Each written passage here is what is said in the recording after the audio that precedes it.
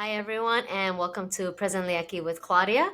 I am Claudia, your host, and Presently Aki is a community of healers from around the world that come together to share their remarkable journeys and their challenges that they face on their path to self discovery and self love and self healing, in hopes to empower and inspire others to do the same.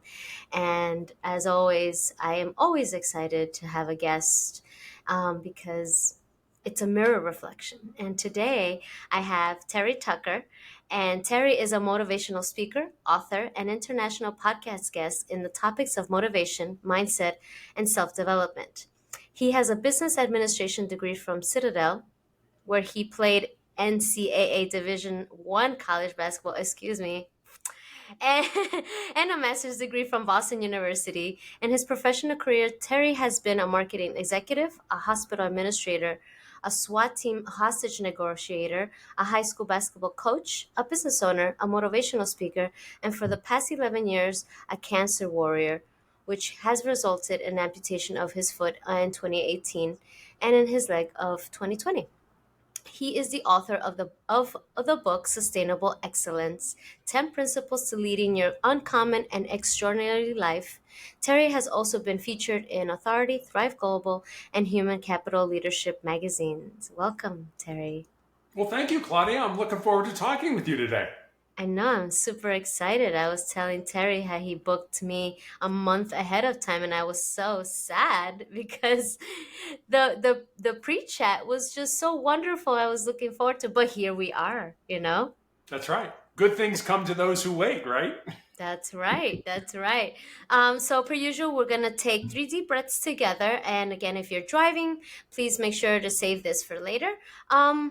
Or if you have your own free time, you don't have to wait for me. So, we're going to close our eyes or put your eyes where you feel comfortable, where you're not being distracted. And then on the first breath, we're going to just feel into our bodies, just what it's like. All right. So, here we go.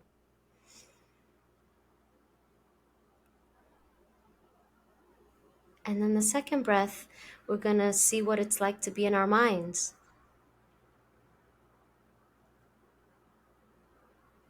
And on the third breath, we're going to feel into our hearts. And I'm going to give you an extra breath. And I want you to take the deepest breath and hold it at the top. And when you let go, I want you to let go of everything that no longer serves you. Just release it for this moment.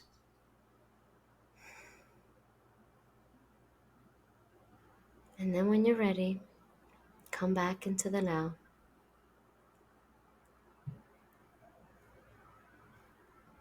All right? How was that for you, Terry? That was good. Mm, That mm, was very good. It's simple, but effective. It absolutely is. Yeah, control Mhm. your breathing. Yes, yes. And I love doing it prior to any conversation here. So, we leave our day behind and then we can just start fresh here, right? Right. So let's get into the excitement that I am sustaining here. This remarkable human in front of us. Terry, what are some of the challenges, which I know I did say some of them, right, in your bio and your introduction. What are some other things that you've faced on your path to self-discovery? Yeah, I think for me, it really kind of went back. You can't tell this from looking at me or from my voice, but I'm 6'8" tall. And I played basketball starting at 9 years old and Mm, received a scholarship to play in college. And I was lucky to have that college scholarship because I had 3 knee surgeries in high school. And I wow. remember when I went back playing basketball after those knee surgeries, my brain was putting all kinds of negative Mm, thoughts into mm-hmm, my mind. Things like, hey, you're probably a step slower since you've had the surgeries, and mm-hmm, college mm-hmm, coaches aren't going to be interested in recruiting mm-hmm. you. And I remember having to say, wait a minute, I am still playing at an elite level, and Mm-hmm. coaches are still reaching out, excuse me, about the possibility of playing for their school. So I learned early on that I sort of had to change the negative into Mm-hmm. the positive. I had to take that negative energy that we all have. Right. I don't care how positive you are, you're going to Yeah. have it, Yeah. and change it to something more positive that benefited me. So Mm-hmm. it started when I was young, when I was Mhm. 15. When I graduated from college, my father and my grandmother were both dying of different forms of cancer, literally in the Mhm. rooms next to each other in our Mhm. house. That led to 3.5 years of living at home, helping Right. my mother care for them. Started my law enforcement career, which I felt was my purpose, kind of late in life. Mm. And now, as you mentioned, for the last 11 years, I've been battling a rare form of cancer, a rare form Wow. of melanoma. That Mm. when I was originally diagnosed, they told me I'd be lucky to live 2 years, and Right. it's been 11 years. So Mhm. those are some of the challenges I faced in my life. Yeah. And as a child, and being a teenager, where did you gather a space for yourself to shift the perspective of the negative self-talk? I think my parents really, I have to give them a lot of credit. Mm. I'm not one of those stories where, my dad was an alcoholic and he beat my mother. Right. It was Right. just the opposite. I mean, Right. I had great parents. I'm the oldest of three boys. We were all Mm. in athletics. We all played different sports. And my parents used to do what I call divide and conquer parenting, which is, Mm. I had a game on a Tuesday night at this location, and my brother had a practice at Right. another location at the exact same time. And so my parents would Mm. sort of divide up and handle that. But we were the center of their universe. I mean, Yeah. we never wanted for anything. We always had clean clothes, clean uniforms, and things like that. And my parents taught us the value of loving each other, caring for each other, and supporting each other. So when you had those difficult times, you had a place to go. You had a place that Mm. was safe, that you could, okay, I need to decompress, or I need to throw something against the wall, or whatever it Yeah. was to kind Right. of take out your frustration. Right. And for me, that was our family. Wow, that's beautiful to have.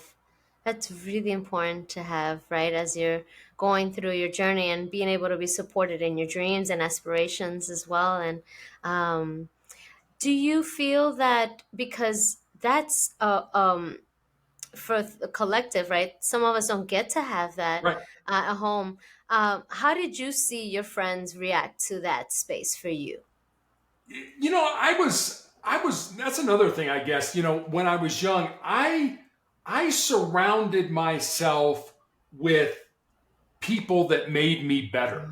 Mm. I've always said, Claudia, if I didn't know you, but I knew the five people you hung around with the most, I Right. could tell you about your goals, your dreams, your character, your Yes. aspirations, not even knowing you Hmm. because of the people you hang around with. And Yes. in high school, my friends, I was an athlete, but Mm. my friends played in the band, were real studious, were in the plays. I had a very eclectic group of Yeah. friends, but we all made each other better. If you Mm. hang around people that are smarter than you, that have better character than you, that work Yes. harder than you, you'll be smarter, you'll have Yes. better character, and you'll work harder versus, hanging around with people that, it's all about drama and it's all Hmm. about them. Those are what I used to call energy suckers. They Yes. suck the energy right Yes. out of you because it's Yes. all about them. So I was lucky, in high school to really surround myself with friends that made me a better person. And I loved being around them. I mean, we would get together on the weekends and Yeah. we would eat pizza and we would play, penny poker and stuff like that. And there was no drugs, there was no drinking, none of that stuff. We didn't need it because we had each other. And like I said, we made each other better. There you are. Are you able to? There you are. Yeah, I'm back. There. Yes, you're back. I was like, wait, this is so important because I also wanted you to expand on this for the listener, right? Why is it important, right, to have the five people around you, right? So, do you mind expanding for the listener? Because I know a lot of people aren't aware of this Yeah, aspect. Hmm. it's those people that you surround yourself with. They really determine kind of where you go, whether it's an up or down. And if you're around people that are smarter than you, that have better character, that work harder, they will lift you up. They will make you smarter. They will make you have better character. They will make you a Yeah. harder worker versus those people who, I used to call them energy suckers. They Mm-hmm. just suck the energy right out of you Mm-hmm. because it's all about them and it's all Mm-hmm. about their Yes. drama and things like that. Right. And I realize a lot of times Yeah. the people we surround ourselves with are family, and we don't have, the choice of saying, well, I can't be around them. But you want to be around people that make you better. There's Mm-hmm. that old saying that says, if you're the smartest person in the room, you need to find a better room. And that. So figure out who are the people that you're hanging around with making you a better person. Because if they're not, and I know this is sometimes hard to do, you need to get them out of your life as much as you can and put people in your life that make you better. But there's a caveat there. You also need to be one of those people that make other people better. You've got to work harder. You've got to be smarter. You've got to have better character. It can't just be that you're taking from them. Yes. It's we're all taking from each other so that we can all be better human beings. I couldn't have said it you more eloquently. You did. I knew you were gonna do a service here. But it is absolutely true, and I love the last part, right? You too have to be one of those five people that are ready to uplift, because you could be the toxic one in the group and not know, right? Yeah. And I Yeah. guess, obviously, if it, and it's not like, how do I know? It's very simple, right? It's just, how do you feel when you're around people? How do they make you feel? Are they attacking you? Are you outed out of the group sometimes and not involved? You could be that, or it's the opposite. You notice that one of your friends, right? Even like people that we grew up with, that you feel guilty of releasing them, but if they're not one of those five people, what's really going on here, right? Yeah. What's Yeah, I mean, being nice is one thing, but I Mm, mean, we're talking about your future and yes, what you do, what you accomplish in life, right, and reaching your goals and your purpose. And right, if you don't have people helping you do that, none of us lives in a vacuum. If COVID taught us anything, it's yes, the importance of how much we need each other. You absolutely, look at during COVID, the isolation, the mental illness, the incidence of increased drug and alcohol abuse, domestic violence, yes, and all that kind of stuff. We're not designed to be isolated. We're no. designed to be with each other. And if you can be one of those people that makes other people better, you'll have all kinds of friends. Yeah, absolutely. Absolutely. Very important, because that is what was going on during the pandemic, and it drove a lot of people into negative spaces. And that's also why I started this during the pandemic, because I felt that there was a mental health need, a crisis at the time, right? Right. And so having people that you surround yourself with is a big deal. So that way, when crisis happens globally or personally, you have support, Right. right? Yeah. Absolutely. Beautiful, beautiful. I love that. Um, so as you're going along in your journey and you're doing so many amazing, having careers, right, and learning different aspects, and then having different tools as you're going through your journey and getting older, right, as you're traversing in that space for yourself. Where did you feel most like yourself? I really felt most like myself when I was a police officer. Um, and if you kind of look at my resume, it's sort of all over the place. I started out in the business world. I moved to hospital administration, and then I made that pivot. And there is a backstory to that. My grandfather was a Chicago police officer from 1924 to 1954. So Mm, was in Chicago during, when alcohol was outlawed in the United States, during the Great Depression in the 1920s and 30s. And when the gangs, Al Capone, some of the mob people were shooting up the town, and he was actually shot in the line of duty with his mm-hmm, own gun. It's not a serious injury. He was shot in the ankle. right. But when I expressed an interest in going into law enforcement, my dad remembered the stories that my grandmother told of that knock on the door of, Mrs. Tucker, grab your son, come with Right. us, your husband's been shot. So my dad was having nothing of that. It's like, nope, you're going to college, Mm, you're going to mm-hmm. major in business, you're going to get out, Yes. get a good job, get married, have 2.4 kids, and live happily ever after. But that's what my dad wanted me to live. Right. That's not what I felt my purpose was. And Mm-hmm. so, again, I mentioned my dad was dying of cancer when I graduated from Right. college. So I had two choices. I could have said, sorry, Dad, I'm going to go do my own thing. I'm going to blaze my own trail. Yeah. Or out of love and respect for you, I will do what you want me to do. And so I did that. I went into business because that's what my dad wanted. Mm, And then I sort of joke, I did what every good son did. I waited till my father passed away, and then I followed my own dreams. So, I never lost sight that is of interesting what I felt my purpose how was. that works. I knew it wasn't going to happen right now, but I never thought, well, it's never going to happen. It was always, it's going to get delayed, but it's going to happen sooner or later. So I never gave up on my dream, on my purpose, on my hope, and I really kind of felt at home once I finally decided to start doing that and be a police officer. Yeah, beautiful. Wow, that's interesting and funny at the same time. Like, I'm I'm gonna follow and respect you, and then when you've now that you're not here, I'm gonna go do what I always wanted to do, and that's interesting how that works. And how you're saying like that is where you felt the most like yourself, right? And that is fascinating. Um, in this space of being in law enforcement, what aspects, from coming from a basketball background, right, and having such a beautiful support space, being in law enforcement, you're not surrounded with positivity all day, right? How were you able to bring those aspects of yourself that you had grounded and found and a strong foundation into the space that you loved? That's a great question, and I guess I'll sort of answer it this way. There was a man here in the U.S. by the name of Fred Rogers, Mister Rogers, and he was on public television, and Yes, he educated so many young kids, including myself, myself about too. yeah, and yourself too. Hmm. And when Fred Rogers died in 2003, his family was going through his effects, and they found his wallet.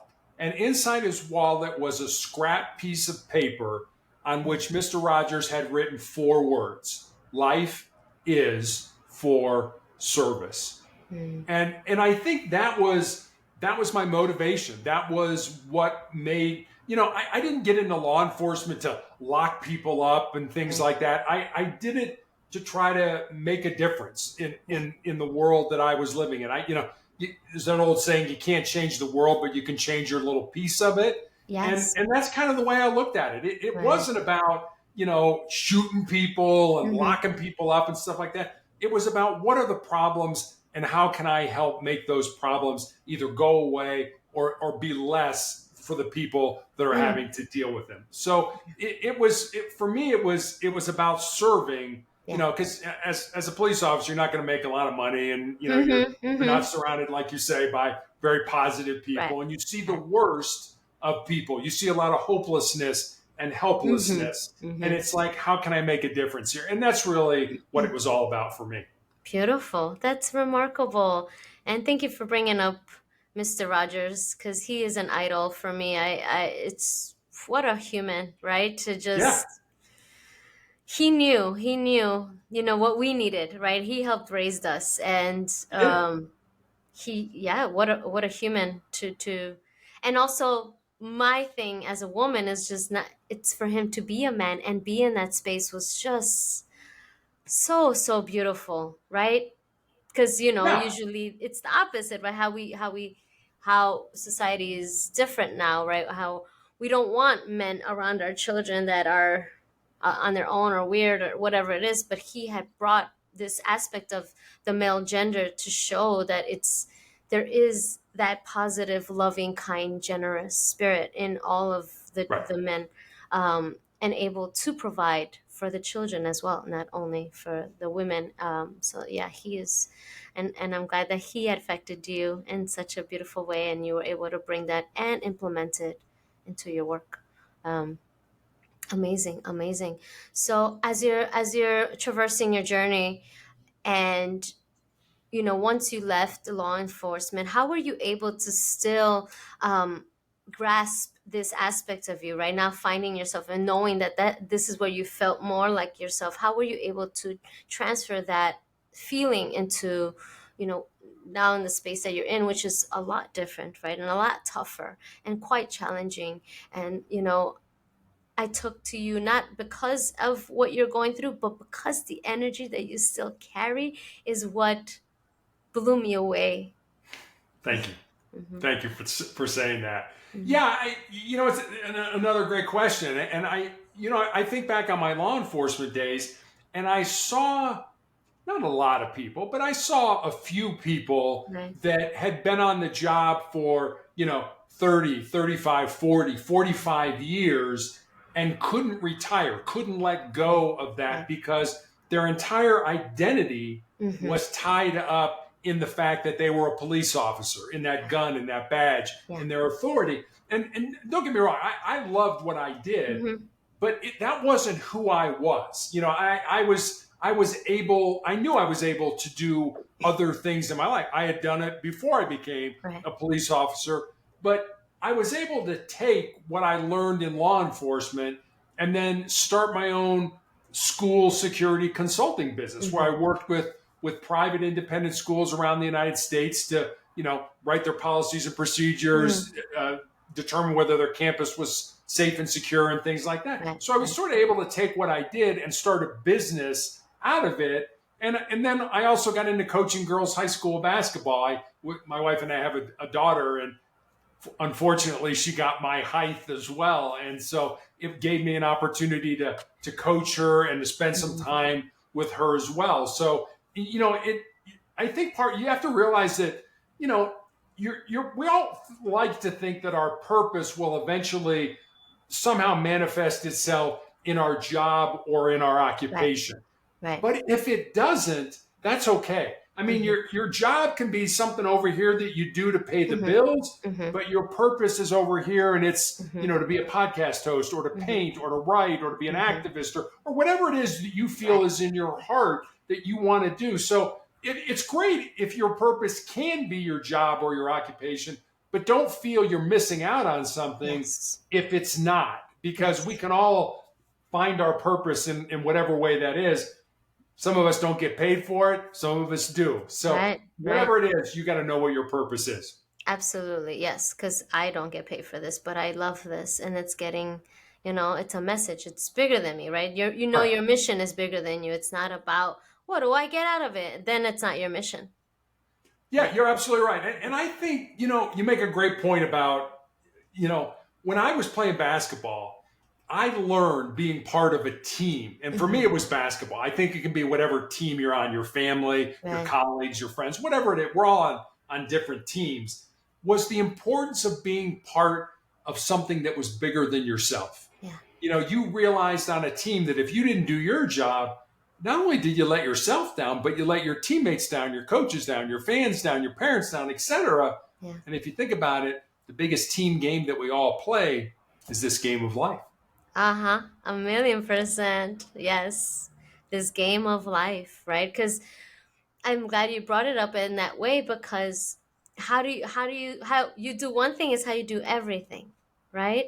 So how are you playing the game or is the game playing you, right? Yeah, I hope I'm playing the game. No, I hope the you're game. definitely playing. You're definitely playing the game because you're as, an intuitive. I can feel everything, right? When we're in this connection. But what stands out the most is your high vibrational space. And so you are in charge. And I have chills right now. So you are definitely in that space. And Thank you. I wanted to shift into where you are now, right? Was in the health space that you're in right now, did that create the moment for you to become the motivational speaker? Or is that something you always wanted to do?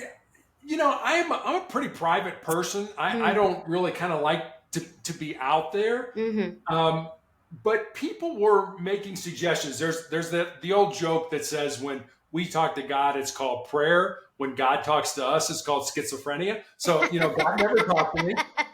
But I think what God does is put people in our path Mm-hmm. that start making a suggestion. Mm-hmm. Same. You should do a podcast. You should be a Yes. speaker. You should write a Yes. book. Whatever it ends up Mm-hmm. being.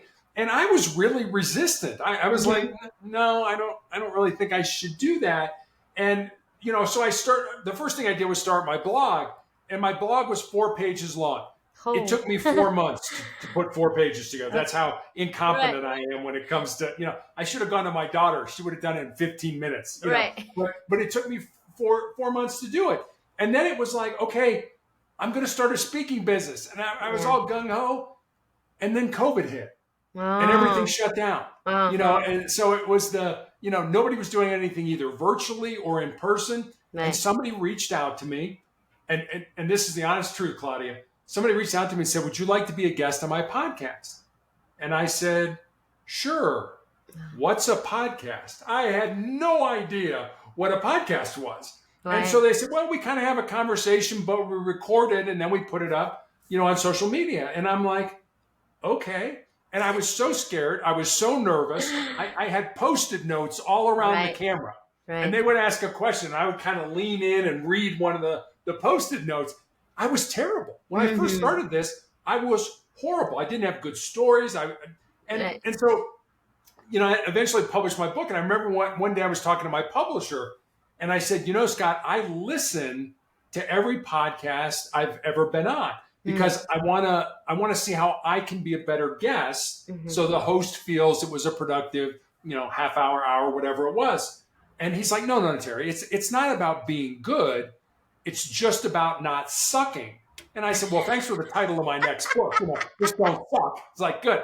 But I said, no, that's not what it's about. I want, kind of like what you said, are you doing life or is life doing you? And I'm like, no, I want to be good. So I want to get better. And I listen to every one of them. And, Mm-hmm. I said, or huh, or whatever, Mm-hmm. how many times, or that story's not good. I got to find a better Right. story, whatever it ends up being, just to try to be. And I think that's important for all of us, whether Mm-hmm. you're digging ditches or you're the CEO or you're doing podcasts. You need to study your craft. You Yes. need to find ways to get better at what Yes. you do. And unfortunately, so many people just don't feel that way. It's like, I Mm-hmm. don't care. I'll do whatever. Right. See what Right. happens. Right. I definitely resonate with that. Um, and I'll add to that, like when you're watching yourself and listening to yourself, right? This is if you're either a speaker, a podcast, or any platform that you have to be a part, like you have to put yourself into, don't judge yourself. Just take notes and see where you're able to catch yourself. Because I still say and instead of like, oh, I can't believe how many times. It's just I think about what was the energy of that day? Where was my mind? Right? It's not always that I'm saying so where was it? Was I distracted? Was I thinking too much? Right? So it's more of these aspects for anyone in the space, right? Than just oh right, the judgment that comes through this negative self-talk. So you don't want to create the shame monsters. And the post-it notes are helpful, right? As you're going and practicing and learning, how do I become and a guest? And I'm gonna go back to this space. I'm glad we're talking about this because I loved, where is it in your bio? An international podcast guest of on the topics, and I was like, okay, a lot of people don't have that as an introduction for themselves. But when I was reading it, I was just smiling internally because that's beautiful. It is something you're providing, right? This part of you that you share with all of us in different forms and different podcasts and different platforms makes you, as you've been doing it for so long, makes you some type of expert per se, right? Of being able to share your story. I'm an expert of me, and you should put it in your bio, right? Yeah, you're right. But it's very kind of you to say that. But the way I look at it is this: we seem, and I'm going to make kind of some generalizations. Mm-hmm. We seem to think that we are born empty, Yeah. and that our job, once we get out of school and kind of get into life, that Mm-hmm. our job is to fill ourselves up. So we want to get a good education. We want to have a good job. We want to make a lot of money. We want to have a nice family. We want to drive a nice car. We want to live in a nice house. And by filling ourselves up, we think that's going to make us happy or make us fulfilled. And Claudia, what I've come to understand is it's just the opposite. We're not born empty. No. We're all born full. Mm-hmm. And everything we need to be successful in life is already inside us. We just need to find it, pull it Yes. out, and Yes. use it for our benefit. So Yes. instead of thinking that life should be about what I get, Mm-hmm. life should be about, going back to the Mr. Rogers quote, Right. what I give.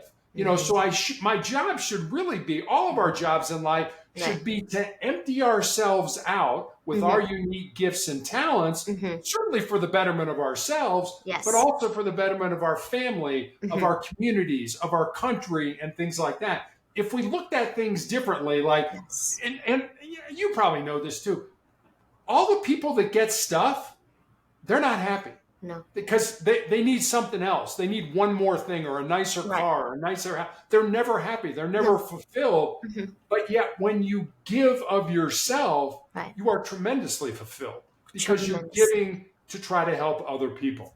1,000,000%. I couldn't agree more. Yes. Because I think the shift in perspective there is seeing that giving is the gift. You are Yeah. getting by giving, Yeah.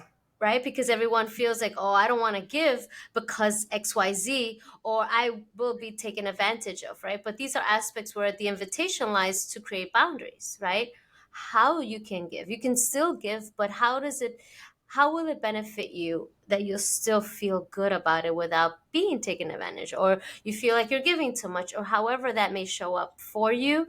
But I don't want the listener, anybody, to be discouraged to give up. Like, I love that you said, like, empty yourself out, pour yourself out into your community, your family, your friends. Because if we don't, right, I mean, we see it when we don't, right? I don't have to, like, let's just open up CNN.com, and I'm sure there's the first one as what we're not pouring into each other, we're taking from each other.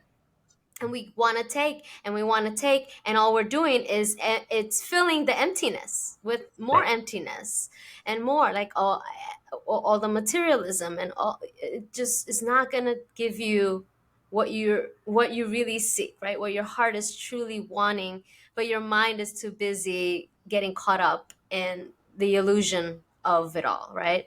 And thank you for bringing that up. That was really beautiful. And yeah, very important for the listener to grasp, because as you start to see, coming back to the 5 people, are there 5 people in your group that are takers, Yeah. right? The energy suckers that you were saying, right? It's the Yeah. way we see it. It's just sometimes we don't want to see it, and that's okay. But you don't also want to see it, right? When the time comes, like, oh, this person has always been a taker, but you also don't want to be like blaming them. You allowed this behavior as well, so it's a give and take, as well. So it's just the invitation again to see how you can improve, per se, right, for yourself, for your well-being, more than anything.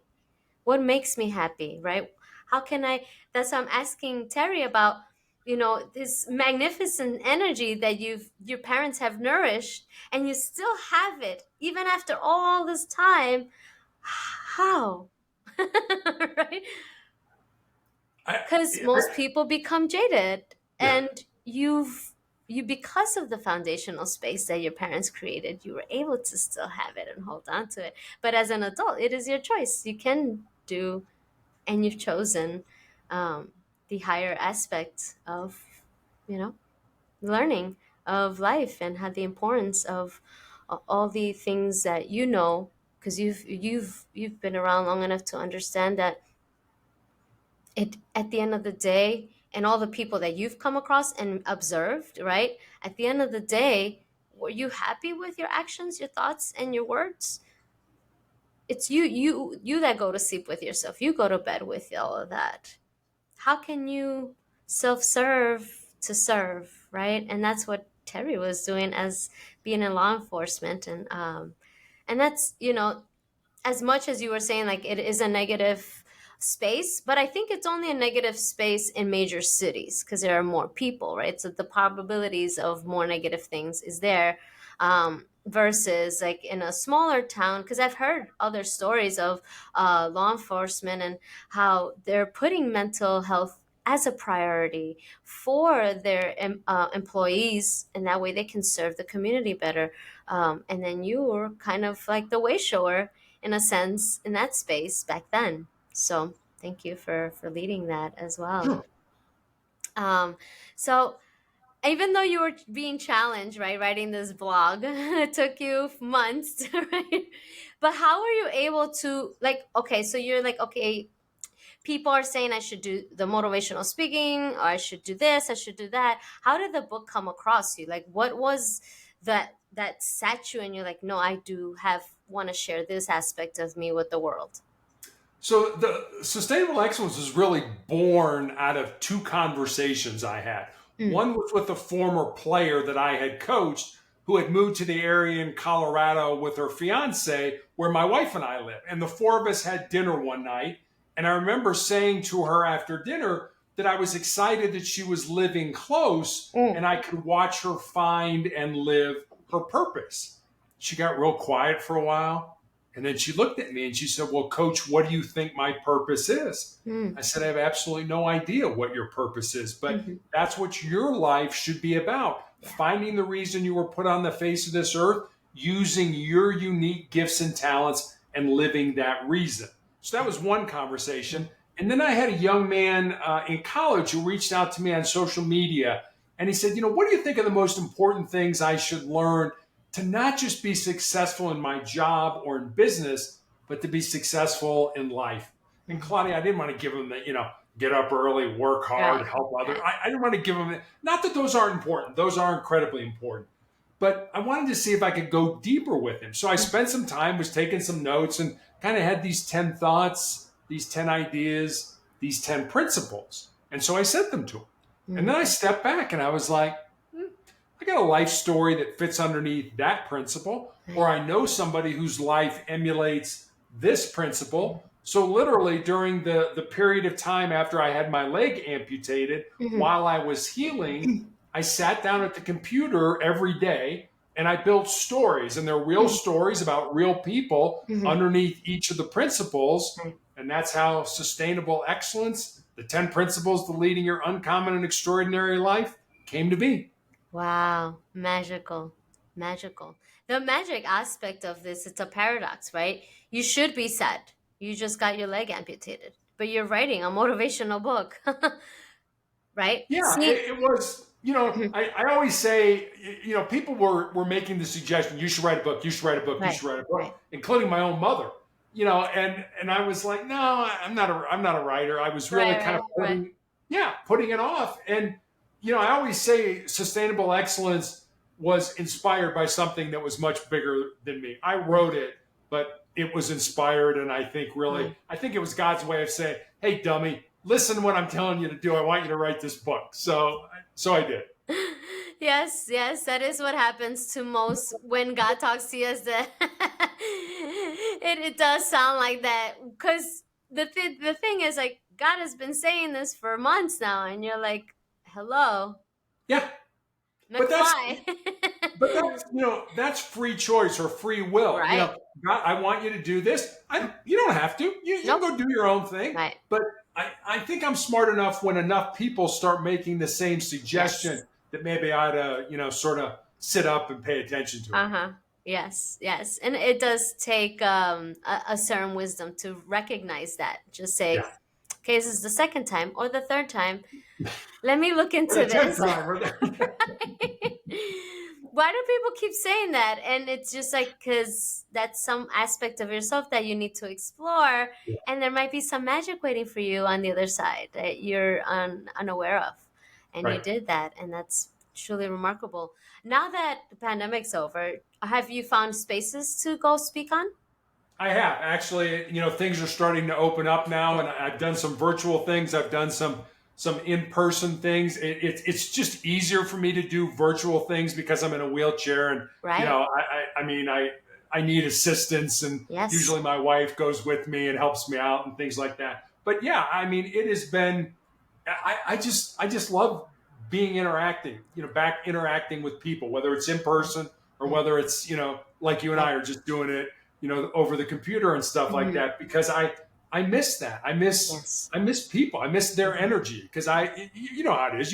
You play on their energy. They have Yes. energy. It gives you Yes. energy, and it Uh-huh. kind of goes back and forth. So yes, Mhm. I've been very fortunate to kind of get back in the swing of things. Good. Amazing. Yes, we need each other, like you were saying. Yeah. With when we don't have that, that's when we feel lost, we feel crazy. And I think Martin Luther King Jr. said, in order to find yourself, um, I will be butchering this quote. That's okay. Just That's all right. in order to find yourself in the service of others. Yeah. Yeah. Yeah. And it's the idea of what you said, pouring Yeah. out into yourself, into the community, right? And they will pour back into you. And then for those, back to the 5 people, if you have to release all 5 people, believe me, it will be replaced with higher vibrational people that are there to support you in the ways that you've needed. So don't lose hope Right. there. um, I feel inclined to ask you how because people, I'm very, very observant. People have a difficult time, not everyone, but for the most part, have a difficult time sitting with the uncomfortable, right? And knowing your story and seeing you, right, in a space, in a wheelchair. How do you manage when people say weird things because they're uncomfortable with not knowing how to touch up on the topic they don't want to touch up on, right? It's more about them than it is about you, because like I said, everyone who will get to see this video and hear your voice, there is such high vibrancy in you. So the aspect was there because I observed people and their behavior, and a lot of people do have that. So I wanted to get a take on you. How do people, for the most part, come across and are unable to verbalize their uncomfortability, Yeah. right? Yeah, and you're right. And I mean, Yeah. seeing somebody without a leg, I mean Right. that's not really common. Right. I mean, we have great medicine and things like that. So yeah, I mean, and sometimes it depends on the situation. And so, and I can be a smart aleck. I'll Yeah. admit Yeah. that. Yeah. And sometimes people will come up to me and they'll be like, "Gee, Terry, I could never do what you did. I could never go through Hmm. what you've been through." And depending on what kind of mood I'm in, sometimes I will say to them, "Yeah, you're right. You can't." Because in your own mind, Right. you've already defeated yourself. In your own mind, you've already said, "I can't do this." And I always tell them, my advice to you would be sleep in that morning. Get a couple extra hours of sleep, because why would you do something? Why would you start something when you've defeated yourself already? Yes. So that was one story. I had another story when I had my foot amputated, and I was kind of walking. Walking isn't really Right. hobbling out of the hospital with this big boot on my leg, and it was very apparent that I didn't have a foot. And as I was getting closer to the exit, there was a woman standing there, and she was just staring so hard. And I'm looking around like there's nobody else. It's just me, Right. and she's staring at me. So when as I walked closer to her, when I got up to her, I turned and I looked at her and I said, "Don't worry, it'll grow back." And I kept walking.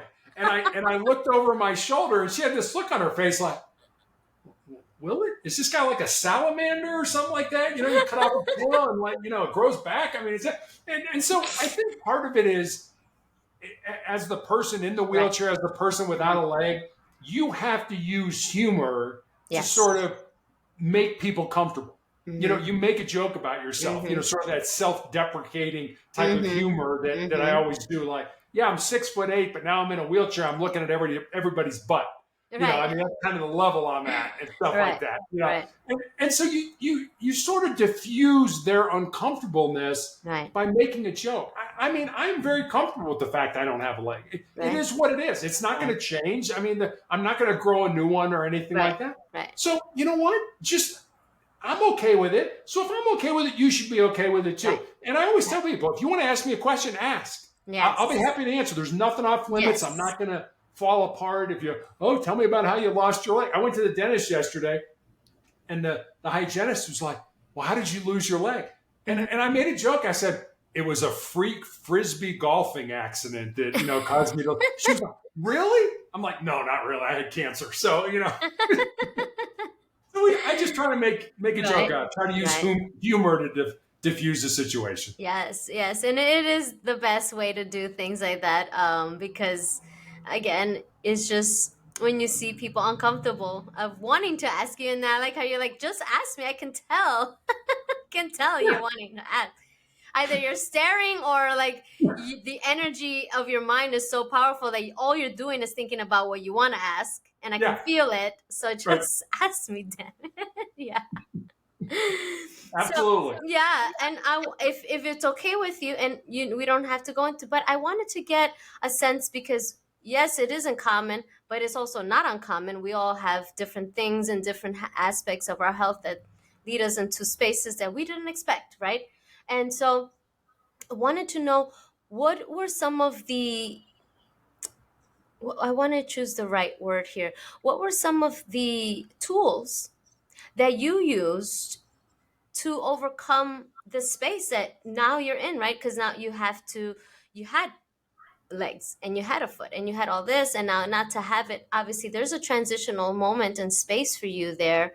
And how were you able to, I don't want to say overcome, but how were you able to, at the end of the day, right, to today, to still hold on to the beautiful aspects that I keep mentioning to people about you. And it happens. We're human, right? So we go dip, and then we go, through all that. So I wanted to know how did you gather strength and still hold on to your terriness? Yeah, my terriness. Oh, I like that. I think a lot of things, but I'll give you what I call my three F's, and they stand for faith, family, and friends. Mm, I have a very strong faith in God, and I think that allows me to move forward. I remember mm, when I had my leg amputated, and I still have tumors in my lungs, right. but this was several years ago. About 8 months after I had my leg amputated, my oncologist was showing me my CAT scan, and I have no medical background. I don't know how to Right. read a CAT scan, but Right. you can kind of look at it and say, well, gee, that doesn't look like it belongs there. Right. So Right. I remember saying to him, I had these big tumors in my lungs. I had fluid all around the pleural Hmm. spaces on the outside of my lungs. And I remember looking at my doctor and saying, how was I alive? Right. And he kind of smiled and shook his head and he said, I don't know, because you shouldn't have been. Which Mm. said to me that God isn't done with me yet. Hmm. When I die, where I die, how I die, way above my pay grade. Don't spend a lot of Yes. time worrying about the dying. Spend more time worrying about the living. So Right. faith has been something very important to Right. me.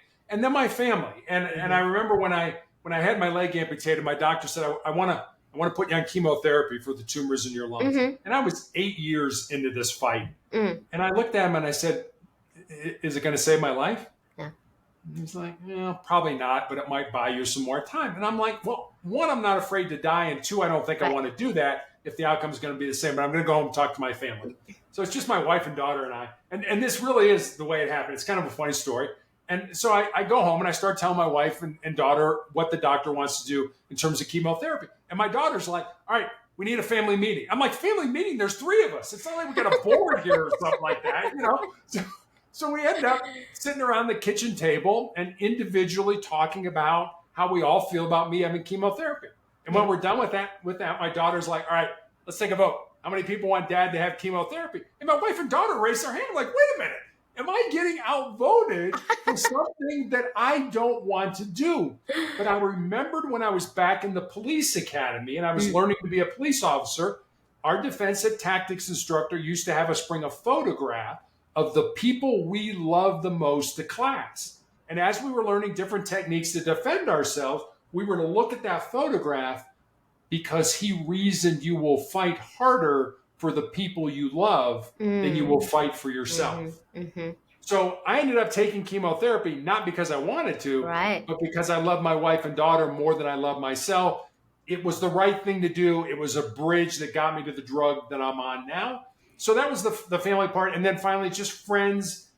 I think when you have a chronic or a terminal illness, there are people that you think are going to be there for you, that Hmm. that are not going to abandon you. Hmm. They're going to be there through the tough times. And a lot of those people aren't there. Yeah. And then there are those people who you never thought would be with you, who would never thought would stay with you through all this Yes. ugliness, who have never left me. Yes. So I've been very blessed, very fortunate to have people in my inner circle, going back, to the top 5 people. I have a little more than 5, but these are people that when I'm having a bad day, I can pick up the phone and call them. Right. And Right. that, so faith, family, and friends, that's a long-winded answer to your question. I'm sorry about that, but No. that's what's gotten me through all this ugliness so far. Beautiful. Yeah. I was like 3 Fs. Ooh. Yeah, you Sorry. gotta be careful, right? Yeah. I thank you for sharing Sure. first. I appreciate you. And you're like, God isn't done with you. I'm like, no, because he's got to be on my podcast. Yeah. I needed to meet this person. Right. Yes, I definitely resonate. I got hit by a car crossing the street, and the people that you thought were going to be there are not there. And the people that just didn't anticipate to be there ended up being there for you. And that is incredible. And I do love those aspects because, again, coming back to the 5 people, there might be some people that you were thinking they were there for you and holding on to them. And universe is like, no, actually, here's the truth. And it's bittersweet, right? Because you really thought so until these circumstances happen and you realize, well, bittersweet because, right, bitterness of losing them, but sweetness of gaining other friends that are showing up Right. and seeing and learning, I think, more in depth of what a friendship truly is, right? Giving you a different shift on Right. things. And I mean, you can't make people want to Mm-mm. be part of your life. Mm-hmm. You, as much as you force it, as much Right. as you try to make it happen, you just can't. Right. So, I mean, there are going to be people that want to be there and there are going to be people that don't want to be there. Right. Don't spend time trying to get the people who don't want to be there in your life. Focus on the people who want to be there. And Yes. 9 times out of 10, those people will be the people that'll help you. That's it. And I wanted to ask you lastly is are you still speaking? Are you still doing podcasting? What are your offerings to the community? I am. I do. My wife and I constantly do battle on, I have treatment for an entire week Mm-hmm. and it really kind of beats me up. It beats me up Right. physically. It beats me Right. up with my blood counts and mentally and things like that. And so I have 2 weeks off to heal. Well, I spend those 2 weeks doing podcasts, because it gives me energy, interacting with people and things like that. So it gives me that energy that I need. And my wife is always like, no, you need to rest. You need to bring your blood counts back. And I always joke with my wife, I get plenty of rest when I'm dead. So, I mean, right now it's about telling my Yeah. story with the understanding that I don't have all the answers. Right. I don't purport to have all the answers. Mm-hmm. Mm-hmm. I'm just saying these things have worked for me and I put them out there. Maybe they'll work for somebody that's Correct. listening to us. And if they do that, then as far as I'm concerned, today's been a good day. So yes, I'm still doing podcasts. I'm writing and I'm doing speaking engagements and things like that. So, I'm trying to balance my health with the things that give me energy so that I can Right. sort of offset the ugliness and the fatigue that comes with basically being a cancer patient and having cancer Mm-hmm. treatment. Mm-hmm. Absolutely. And where can people find your website and your book? So Sustainable Excellence is available anywhere you can get a book online, Amazon, BarnesandNoble.com, Apple iBooks. Just type in Sustainable Excellence or my name and it'll pop up. Right. I have a website. It's called Motivational Check. I put up a thought for the day every day. With that thought comes a question about how maybe you can incorporate the thought into your life. I have recommendations for books to read, videos to watch. My podcasts are on there, and you can leave me a message as well. And that's all at motivationalcheck.com. Thank you. I appreciate that. And before I let you go, through your journey, through the wisdom you've attained, what is the one thing that you want to impart the listeners with? I'll tell you a quick story. So I had a nurse recently ask me, what was it like to have your foot amputated in 2018 and then your leg amputated in 2020? And I told her it certainly hasn't been easy, being Mm-hmm. 6'8" and learning how to walk again, falling from this height, not good, you get hurt. So I try not to do that. But what I told her was cancer can take all my physical faculties, Mm-hmm. but cancer can't touch my mind, it can't touch my heart, and it can't touch my soul. And that's who I am. That's who you are, Claudia. That's who everybody else is. Yes. And we spend a lot of time on this vessel, this Mm-hmm. house, this body. Mm-hmm. We exercise, we eat right, we get enough rest, we reduce stress. And I'm not telling you not to do that. I think you absolutely should. But what I am suggesting is maybe spend a little more time every day working on who you really are, your heart, your mind, and your soul. This body is going to die. It's going to decay. It's Right. going to be gone. Right. But your heart, your mind, and your soul, those things are eternal and they will live on. So we don't spend nearly as much time, in my opinion, working on who we really are. We work on the facade, we work on the exterior, but we don't work on who we really are. So spend some time every day working on your heart, mind, and soul and see where that takes you. You heard it here first from the guru Terry. Terry, I adore your energy. You've just been so phenomenal and easy to talk to.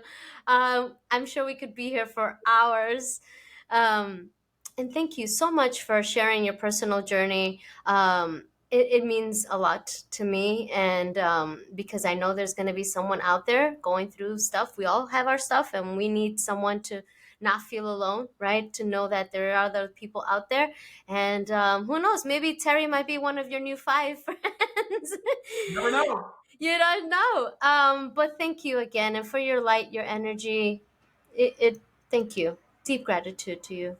Well, thank you for having me on, Claudia. I really enjoyed talking with you. I appreciate it. Thank you. And to the listeners, thank you for joining us today and expanding with us in this conversation. And as always, remember that the breath is the secret and always lead with love.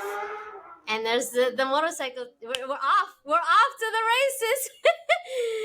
Thank you all for tuning in. Until next time. Thanks.